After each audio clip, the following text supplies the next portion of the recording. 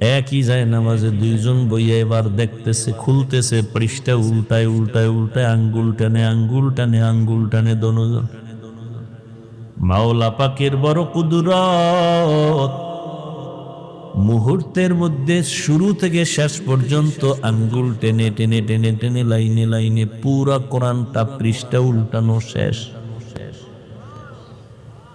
এই মিয়া, আমরা এক খতম দিতে বেহুশ হয়ে যাওয়া লাগে। কোরআন এক খতম দিতে কত সময়? সাহাবায়ে কেরাম 3 দিনে এক খতম করেছেন। তামিমে দারি রাদিয়াল্লাহু আনহু প্রতি রাত 300 রাকাত নফল নামাজ পড়েছেন, ফরজের বাহিরে 300 রাকাত। সুবহানাল্লাহ তো কইছেন, বাসায় একটু হিসাব করেন দিয়ে এটা কেমনে সম্ভব?